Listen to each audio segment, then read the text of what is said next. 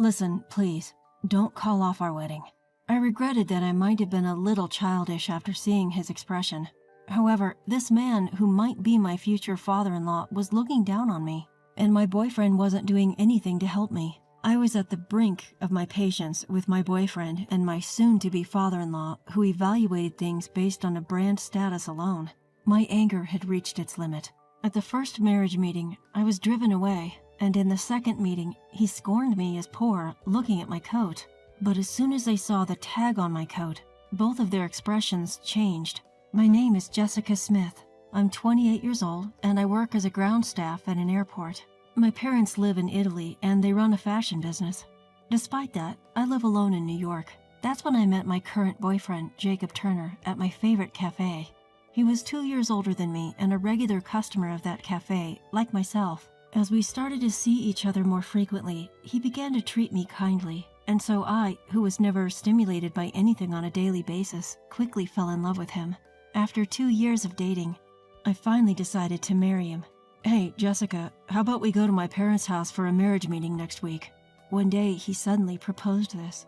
I was thrilled that he also considered marriage, just as I did. His father, like my own, ran a large fashion brand business, and I liked the fact that he was as globally active as my father. And true to being the son of a brand president, he too was decked out in branded clothing. I'd love to go for the marriage meeting, I responded with a smile. But he looked a bit grim as he said, but my dad, he dislikes people who seem poor. Are you sure you'll be okay? I don't mean that in a bad way. I'm not saying you're poor or anything, but it's just your appearance. I guess he meant no harm, but something about his statement felt like he was looking down on me. Are you saying there's something wrong with how I look? No, I think your uniqueness is great. How rude. I'm wearing something decent, just so I could look worthy of being Jacob's girlfriend. That's right. Ever since I started dating Jacob, I began to take more care of my fashion. Even on my days off work, I never skip makeup, and I began to take regular interest in my outfits, ranging from budget-friendly brands to high-end labels. Jacob's presence had a lot to do with this. Just walking next to him, shining brightly as he does, I would look less by comparison.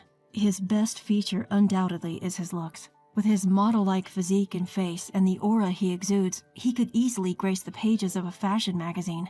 When it comes to work, I earn a higher income and speak multiple languages, so in terms of capabilities, I am higher. However, he has facial features that far surpass those, and I was effortlessly drawn to him. But his occasional condescending remarks bothered me. Well, Jessica, you're pretty, so I think you'll be fine, but be prepared because my dad is strict. Strict in what way? Whether you're suitable for the Turner family. Basically, whether you fit the brand image of my dad's company. So that means Dad is extremely proud of his brand, and I don't think he'll forgive anyone who tarnishes it. I won't be able to defend you on the day, so do your best. As he said that, he smiled at me, but for me, it was nothing but pressure. And then, what does he mean he won't help me? He seemed ready to abandon me without a second thought. With my feelings of unease mounting, the day of the marriage greeting came before I knew it. The house of what would be my future in-laws was a luxury high-rise apartment. What floor do they live on? The top floor. He responded nonchalantly, but from my perspective, I was shocked enough to lose my footing. No surprise there. Upon researching, it was a super luxury apartment with a monthly rent of $7,000. The apartment was a 4-bedroom, spacious living room and kitchen layout. It was just a 2-minute walk to the station, and although the rent was high, the convenience was also high. Anxious, I found myself mumbling, I wonder if I'll be okay. Then he, with a slightly stiff face, said, I don't know.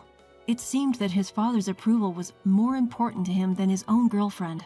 I wonder if it's going to be okay in a pinch. Holding on to a sliver of unease, I got on the elevator with him. When we arrived at his place, his mother was there to greet us. Seeing her, I could tell from the way she carried herself and the expensive items she wore that the Turners were a special family. My parents also run a business, so I knew right away that everything she was wearing was high-end. Welcome. Her tone quite cold. It was as if she wasn't interested in me at all. I was led to the living room where his father was already seated and waiting. Jacob, is this the woman you want to marry? Yes, her name is Jessica. She's 2 years younger than me and works as a ground crew member at the airport. After he finished introducing me, I gave a slight nod in acknowledgement. Just as I was about to introduce myself, father-in-law asked a question that caused me to frown. "Jessica, how much did your entire outfit cost?" The coat is from the Gap and the skirt is from Zara, so in total, it's probably around $300 or so." Upon hearing my response, father-in-law sighed heavily and began to berate Jacob. "Jacob, you brought this cheap-looking woman here? Are you trying to disgrace our family name?" I'm sorry, Dad." I was shocked. Not only had father-in-law just insulted me by calling me cheap, but Jacob, rather than defending me, was desperately apologizing. It was then that I realized I couldn't marry him. "That's enough. We're done here. You know I'm the CEO of a luxury brand. I can't tolerate a woman with such cheap taste," father-in-law declared, dismissing me entirely, and Jacob just stood there looking dumbfounded. Our engagement was off and we started our way back home. Walking side by side, Jacob began to grumble. "Didn't I tell you, don't dress according to your taste? Because of you, I was embarrassed in front of my parents." "What? Why can't I even choose my own clothes? When we get married, you are not going to tell me to wear clothes only from your dad's brand, are you?" Overcome with anger at father-in-law's attitude and Jacob's lack of support, my tone became harsh. Then, as if echoing my sentiments, Jacob started to get emotional too. "Yes, that's right. If you dress in his clothes, you'll shine. Please, just listen to me for once. Because of you doing whatever you want, even our marriage is in danger." "Then let's call off the marriage," I sharply retorted to his words. Jacob froze in his tracks, surprised by my firm response. With a tense face, he stuttered, "You're joking, right?" To which I replied, "I'm serious." Just like that, all his previous confidence evaporated, and he started to repeatedly apologize, begging, "Please, anything but calling off the wedding." Seeing his plea made me wonder if I had been a bit too harsh. So for now, I decided to observe the situation a little longer. We arranged to revisit the marriage greeting a week later, and if it didn't go well, the father-in-law threatened to break off the engagement. My thoughts aligned with his. "Hey, what about this outfit for a meeting with my parents?" Jacob seemed quite affected by the initial blow from the first meeting. His main concern seemed to be not upsetting his father. Clearly, his father's opinion was more significant than our impending marriage. That's why he was able to confidently suggest the same brand of clothing his father wears. "I'll choose what I wear. If you're going to interfere, let's break up right here and now." Seeing his behavior, my desire to marry him was slowly fading. So as a secret weapon, I decided to call my dad. I told him everything that had happened. Fast forward to the day of the second marriage meeting. Jacob seemed nervous from the morning. As for me, I was calm. However, one difference was my outfit. The clothing I was wearing was all made in Italy, something I had requested from my dad. He runs a brand overseas and also sells it in the US. Sensing the situation was not good, my dad had someone from his American branch deliver the clothes. Since Jacob was at work when it arrived, he had no idea about it. Looking at my new coat, he had a puzzled expression but didn't say anything due to the lack of time before our scheduled meeting. On the way to his parents' house, he pleaded with me, "Please, let's just make this meeting successful, okay? You want to marry me, don't you?" The look on his face implied that I should feel honored to have the opportunity to marry him. But inside, I wasn't excited about getting married anymore. The distrust had grown too much because of everything that had happened. I hid this from him by putting on a false smile. "I'll do my best." When we arrived at his parents' house, his father came to greet us this time. Apparently, my mother-in-law was out. As soon as we stepped into the house, my father-in-law started speaking. Hey, Jacob, what's the meaning of this? Didn't you promise to dress her in my brand?" His pride in his brand was much greater than I'd imagined. He once told me that even a pair of socks from his brand cost more than $200. "I'm sorry, Dad. Jessica insisted on choosing her outfit." Then my father-in-law let out a sigh and said, Jessica, could you please not destroy our family brand image? I mean, wearing such a cheap-looking coat." He examined my new coat closely as he spoke. "That's a knockoff, isn't it? At first glance, it looks like a Louis Vuitton, but it's not." He took out his phone and started searching for something. I guess he was probably checking the price. "I found it. There's a knockoff that looks just like your coat, and it's cheap too. Even if you don't wear our brand, there must be something a little better than that." My father-in-law began ruthlessly picking apart my appearance. His behavior was outrageous, and it was clear that this was no longer about a meet and greet for our marriage. Jacob remained tense in front of his father and did nothing to defend me. "Well, sit down and get that $60 coat off. You look poor." He smirked as he spoke. Apparently, there was a similar product to my coat priced at $60. In reality, it's missing 3 zeros. At this point, I'd reached the end of my patience. "I'm sorry, may I borrow a hanger?"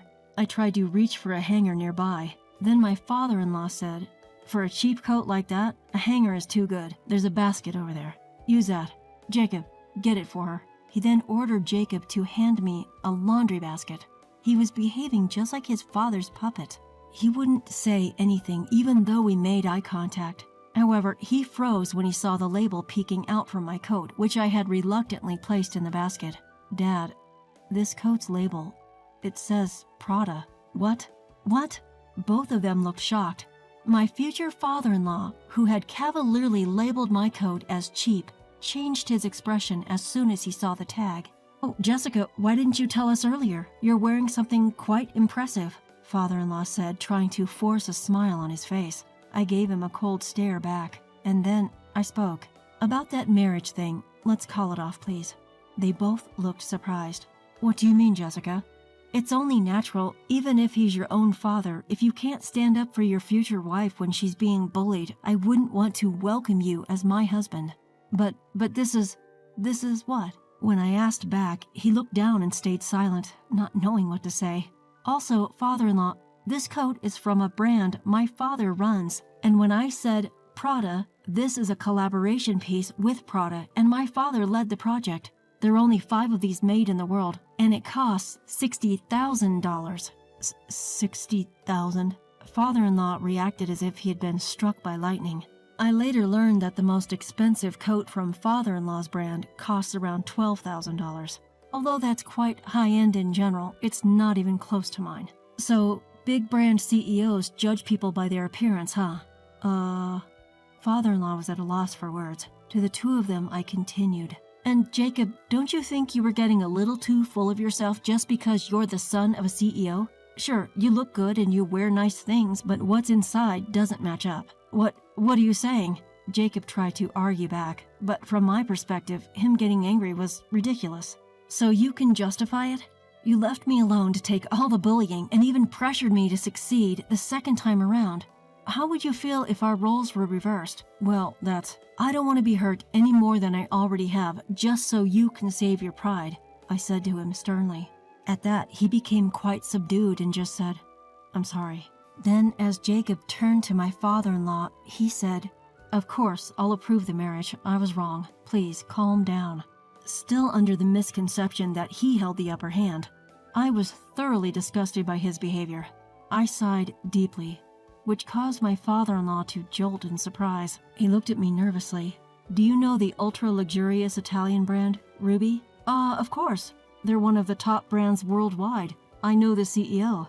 My coat is from Ruby. It's a collaboration with Prada." "I see. Well, the point isn't that. It's that I'm the daughter of the CEO." "What? You're joking." Both of them stared at me wide-eyed. They opened and closed their mouths as if trying to speak, but no words came out. I could tell they were struggling. "I wanted to tell you formally when we announced our engagement, but that didn't seem appropriate given the circumstances. So I've been disrespecting the daughter of a more prestigious brand this whole time." "It seems so, Dad." "Jacob, quit messing around. How did you not know this beforehand? Thanks to you, we've made fools of ourselves." Feeling cornered, my father-in-law began to blame his son. While it might have seemed like he was just shifting blame, it was apparently a serious issue for the two of them. "I didn't know, okay? All I was told was that she was just a regular ground staff."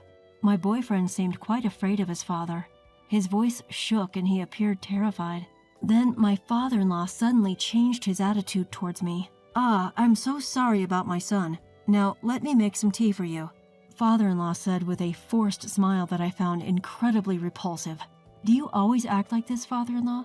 Judging people by their appearance and flipping your attitude when you find out their high status? Can't you judge people by anything more than their looks?" What did you say?" By this point, I'd completely given up on the idea of marrying, so I decided to say everything that was on my mind, which made my tone quite firm. As a result, the tone becomes a little stronger. When I told my father about what happened, he mentioned that he's considering acquiring your company. What? He's going to buy out my company? Yes. He said that someone who can only judge people by their fashion brand isn't fit to be the president of a major brand. Fashion brands aren't there to flaunt your status to others. They're for the wearer to enjoy. A sheen of sweat was visible on my father-in-law's face.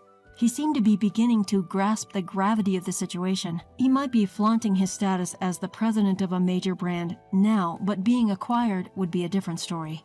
Dad, if we're acquired now, we're screwed, right? We don't have the funds to resist, do we? Jacob asked his father with a voice full of disappointment. It seemed he had some knowledge of the company's financial situation. As I found out later, my father-in-law's company was barely managing to stay profitable, and their situation was always precarious. One significant bump, and they could easily plummet into the red. That bump seemed to have come in the form of an acquisition. My father always follows through when he says he will, and he raised me to do the same, so as I've already said, I won't be marrying. Jessica, I'm sorry, Jacob said with tears in his eyes. I barely gave him a glance. I'd never thought that the man I once thought was cool could make such a pathetic face. And my father-in-law, Jessica, I'm really sorry. Could you please reconsider the acquisition? He begged. It's not like I had the final say, but my father-in-law was groveling to me, who he had been looking down on just moments ago. His misplaced pride disgusted me, and I simply said, "That's up to my father." When all hope was lost, my father-in-law turned pale and fell to his knees, ignoring the two despairing men. I left my father-in-law's house. After that day, I lost all contact with Jacob. When I reported back to my father, he informed me that the acquisition was already underway. My father has always been a gentle and kind man who treats everyone equally. But when my father, always a calm man, found out that his little girl had been hurt, he became a different person. Apparently, he had always had his eye on the acquisition of my ex-father-in-law's company, just waiting for the right time. Yet the moment he learned that the man who looked down on me for being poor was the CEO of the company he was considering acquiring, his decision was made. All doubt had vanished, he said. In the acquisition, my father promised to secure the conditions of all employees, except for the CEO.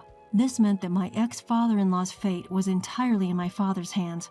As for what happened to those two afterwards, I have no idea. However, I felt a sense of relief when I saw the breaking news on the TV reporting that Ruby Corp, a big American fashion brand, had acquired a leading fashion brand. The news was interviewing my ex-father-in-law during the acquisition. He looked utterly worn out, the spark gone from his eyes. My ex-father-in-law and ex-boyfriend, who both prioritized status above all else in marriage, likely unable to appreciate a person's inner value. I strongly believe that a CEO should be like my father, someone who doesn't judge solely by appearances but carefully evaluates the personality. I learned a deep lesson this time around, one that applies not only to branded goods but to all things in life.